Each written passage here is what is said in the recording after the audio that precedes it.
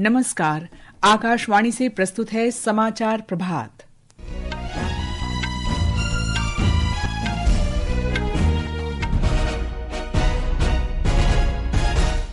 भारत और न्यूजीलैंड ने रक्षा, शिक्षा, खेल, बागवानी और वानिकी के क्षेत्र में 5 समझौतों पर हस्ताक्षर किए।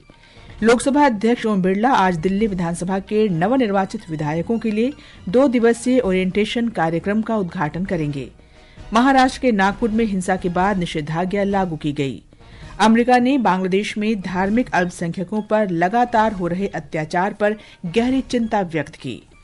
अमेरिकी राष्ट्रपति डोनाल्ड ट्रंप और रूस के राष्ट्रपति व्लादिमीर पुतिन यूक्रेन संघर्ष समाप्त करने पर आज बातचीत करेंगे। और अंतर्राष्ट्रीय ओलंपिक समिति ने 2028 लॉस एंजलिस ओलंपिक खेलों में मुक्केबाजी को शामिल करने की मंजूरी दी।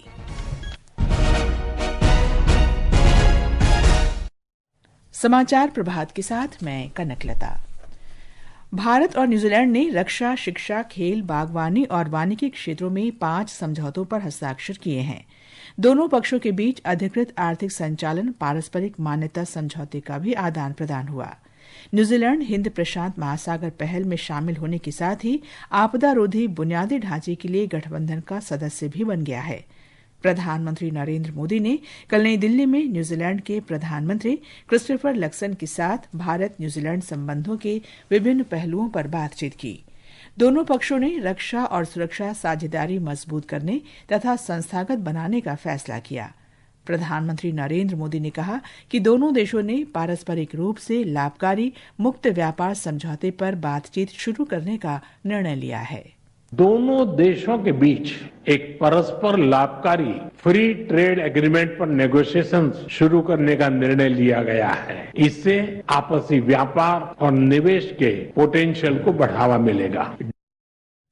श्री मोदी ने कहा कि भारत और न्यूजीलैंड आतंकवादी, अलगाववादी और कट्टरपंथी तत्वों के खिलाफ सहयोग करना जारी रखेंगे। उन्होंने कहा कि दोनों पक्ष एक स्वतंत्र, खुले, सुरक्षित और समृद्ध हिंद प्रशांत का समर्थन करते हैं और विस्तारवाद नहीं बल्कि विकास की नीति में विश्वास करते हैं।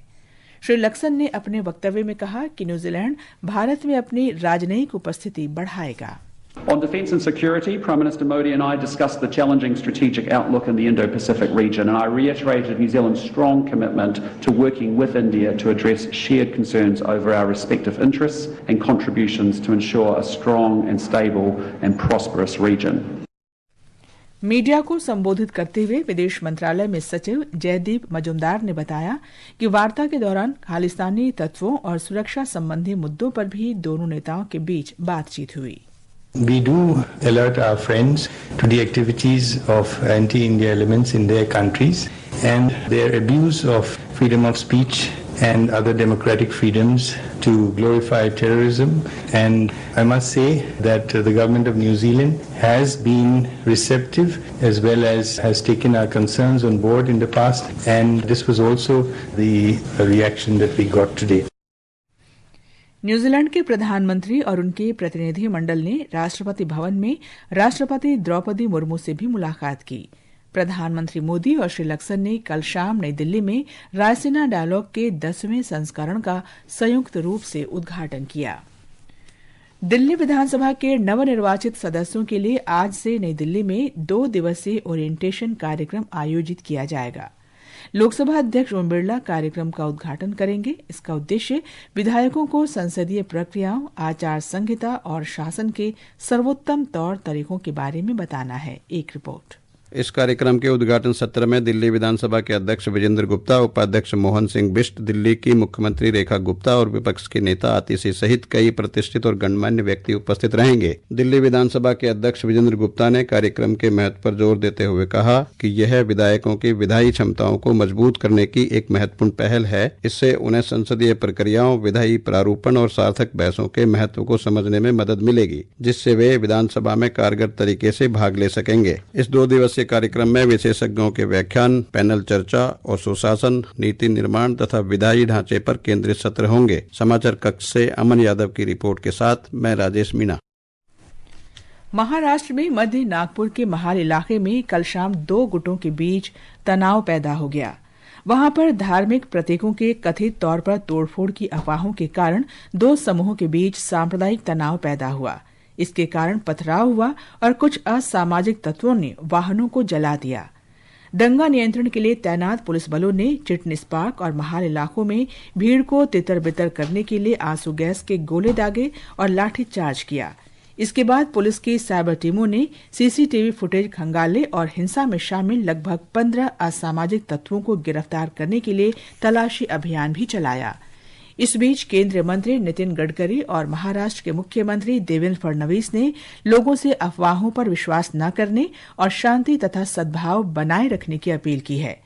हालांकि इस घटना का असर देर रात नागपुर के दूसरे भागों में भी देखने को मिला। कुछ जगहों पर अराजक भीड़ ने गाड़ियों में आग लगा दी और कुछ घरों को भी नुकसान पहुंचाया।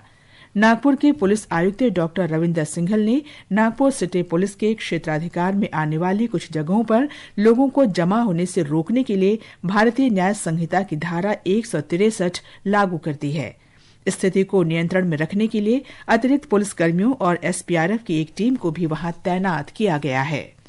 नागपुर के प्रभारी मंत्री चंद्रशेखर बावनकुले आज सुबह 10 बजे स्थिति का जायजा लेने के लिए महाल क्षेत्र का दौरा करेंगे। प्रधानमंत्री नरेंद्र मोदी ने पॉडकास्टर लेक्स फ्रीडमैन से बातचीत के दौरान मध्य प्रदेश में शहडोल जिले के विचारपुर गांव की अपनी यात्रा को याद किया।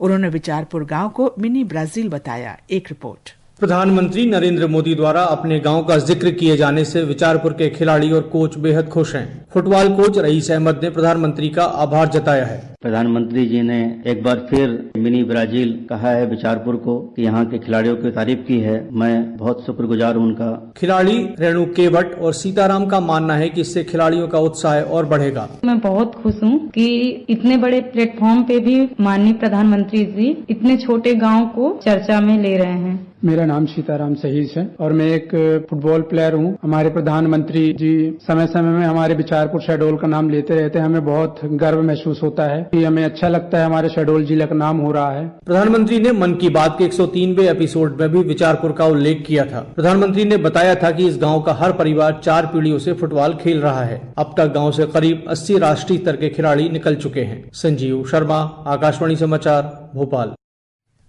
ये समाचार आकाशवाणी से प्रसारित किए जा रहे हैं। ताज़ा समाचार जानने के लिए आप हमारे social media handle X@IR News Hindi को फॉलो कर सकते हैं। अमेरिका की राष्ट्रीय खुफिया निदेशक तुलसी गबार्ड ने कहा है कि बांग्लादेश में हिंदुओं सहित अन्य अल्पसंख्यकों के लगातार उत्पीड़न को लेकर अमेरिका बहुत चिंतित है। एक निजी चैनल को दिए साक्षात्कार में उन्होंने बांग्लादेश में बिगड़ती स्थिति की आलोचना की और चरमपंथी ताकतों तथा इस्लामी आतंकवाद से निपटने में ट्रंप प्रशासन के दृढ़ संकल्प के बारे में बताया। श्रीमती गबार्ड ने कहा कि ट्रंप प्रशासन ने बांग्लादेश में मोहम्मद यूनुस के नेतृत्व वाली अंतरिम सरकार के साथ बातचीत शुरू कर दी है। अमेरिका के राष्ट्रपति डोनाल्ड ट्रंप आज यूक्रेन युद्ध समाप्त करने के मुद्दे पर रूस के राष्ट्रपति व्लादिमीर पुतिन से बातचीत करेंगे। रूस के राष्ट्रपति निवास क्रेमलिन के प्रवक्ता दमित्री पेस्कोव ने इस बात की पुष्टि की है कि दोनों नेताओं के बीच वार्ता की तैयारियां चल रही हैं।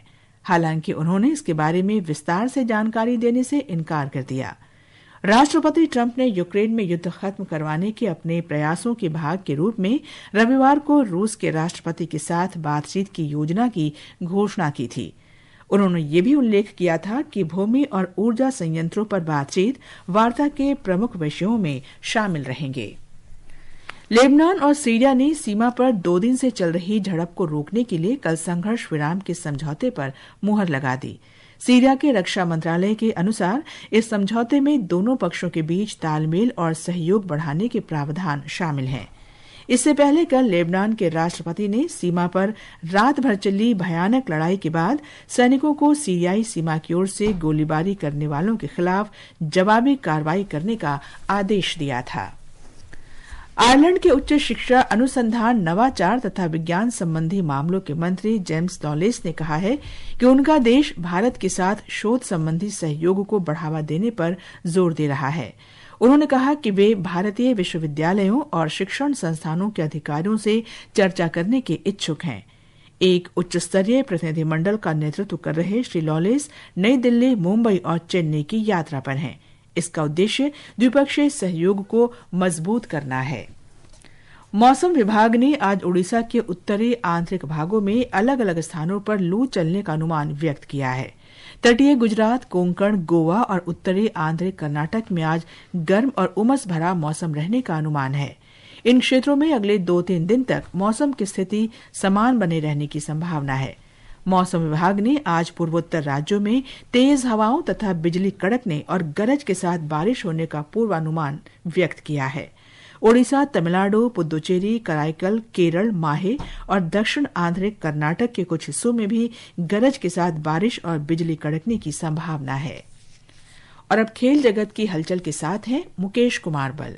अंतर्राष्ट्रीय ओलंपिक समिति ने लॉस एंजल्स में वर्ष 2028 में होने वाले ओलंपिक खेलों में मुक्केबाजी को फिर से शामिल करने की मंजूरी दे दी है। इस निर्णय का स्वागत करते हुए विश्व मुक्केबाजी के अध्यक्ष बोरिस वैन डेर वोस्ट ने कहा कि ये निर्णय ओलंपिक मुक्केबाजी के लिए एक बहुत ही महत्वपूर्ण निर्णय है और इससे ओलंपिक खेलों में मुक्केबाजी की बहाली को बल मिला है। तत्कालीन अंतर्राष्ट्रीय महासंघ को लेकर चल रही चिंताओं के कारण फरवरी 2022 में अंतर्राष्ट्रीय ओलंपिक समिति सत्र द्वारा अनुमोदित 2028 लॉस एंजल्स खेलों के प्रारंभिक खेल कार्यक्रम में मुक्केबाजी को शामिल नहीं किया गया था। इसके अलावा कबड्डी विश्व कप में आज शाम इंग्लैंड के वॉल्वरहैम्पटन में भारत की पुरुष और महिला दोनों टीमें चुनौती पेश करेंगी। भारतीय समयानुसार शाम 5:30 बजे महिला टीम का सामना ग्रुप डी की वेल्स टीम के साथ होगा, जबकि भारतीय समय के अनुसार ही 10:30 बजे पुरुष टीम ग्रुप बी की स्कॉटलैंड टीम के साथ भिड़ेगी। उधर पीवी सिंधु और लक्ष्य सेन आज से शुरू हो रही स्विस ओपन बैडमिंटन प्रतियोगिता में भारत की अगुवाई करेंगे। पहले दौर में 2 बार की ओलंपिक पदक विजेता सिंधु का सामना मालविका बंसोड़ से होगा। वहीं लक्ष्य सेन और एचएस प्रणॉय भी आमने सामने होंगे। ये समाचार हमारी वेबसाइट www.newsonair.gov.in और हमारे news on AIR mobile app पर भी उपलब्ध हैं। और अब आज के समाचार पत्रों की सुर्खियों के साथ है फरहत नाज। धन्यवाद कनक। प्रधानमंत्री नरेंद्र मोदी की न्यूजीलैंड के प्रधानमंत्री से मुलाकात आज अनेक अखबारों की पहली सुर्खी है। हिंदुस्तान ने 2 टूक शीर्षक से लिखा है, प्रधानमंत्री ने न्यूजीलैंड और रक्षा मंत्री ने अमेरिका के समक्ष मुद्दा उठाया, भारत विरोधी गतिविधियां रोके न्यूजीलैंड अमेरिका। पंजाब केसरी ने भी श्री मोदी का बयान दिया है, खालिस्तानियों पर लगाम कसे न्यूजीलैंड। नवभारत टाइम्स लिखता है, भारत ने अमेरिका से कहा अलगाववाद पर एक्शन लें। दैनिक ट्रिब्यून ने हरियाणा विधानसभा में पेश बजट पर टिप्पणी की है, चुनावी वादों पर अमल का नायाब बजट। पत्र लिखता है, महिलाओं को 2100 रुपए महीना, किंतु कब कैसे पता नहीं। पंजाब केसरी ने हरियाणा में लाडो लक्ष्मी योजना के लिए 5000 करोड़ रुपए के बजट प्रावधान को पहले पन्ने पर दिया है। सुनीता और विल्मोर आज धरती पर लौटेंगे, नासा ने दिया ऐलान। स्पेस एक्स के यान की वापसी का होगा सीधा प्रसारण, जनसत्ता की पहली खबर है। दैनिक भास्कर ने 7वें सॉवरेन गोल्ड बॉन्ड के मैच्योर होने और रिकॉर्ड 218% रिटर्न मिलने की खबर को पहले पन्ने पर जगह दी है। सोना का एक दिन में 1300 रुपए चढ़कर 90,750 रुपए प्रति 10 ग्राम होने का समाचार जनसत्ता में प्रमुखता से है। और अंत में मुख्य समाचार एक बार फिर। भारत और न्यूजीलैंड ने रक्षा, शिक्षा, खेल, बागवानी और वानिकी के क्षेत्र में 5 समझौतों पर हस्ताक्षर किए। लोकसभा अध्यक्ष ओम बिरला आज दिल्ली विधानसभा के नवनिर्वाचित विधायकों के लिए 2 दिवसीय ओरिएंटेशन कार्यक्रम का उद्घाटन करेंगे। महाराष्ट्र के नागपुर में हिंसा के बाद निषेधाज्ञा लागू की गई। अमेरिका ने बांग्लादेश में धार्मिक अल्पसंख्यकों पर लगातार हो रहे अत्याचार पर गहरी चिंता व्यक्त की। अमेरिकी राष्ट्रपति डोनाल्ड ट्रंप और रूस के राष्ट्रपति व्लादिमीर पुतिन यूक्रेन संघर्ष समाप्त करने पर आज बातचीत करेंगे। और अंतर्राष्ट्रीय ओलंपिक समिति ने 2028 लॉस एंजलिस ओलंपिक खेलों में मुक्केबाजी को शामिल करने की मंजूरी दी। इसके साथ ही समाचार प्रभात का ये अंक समाप्त हुआ। नमस्कार।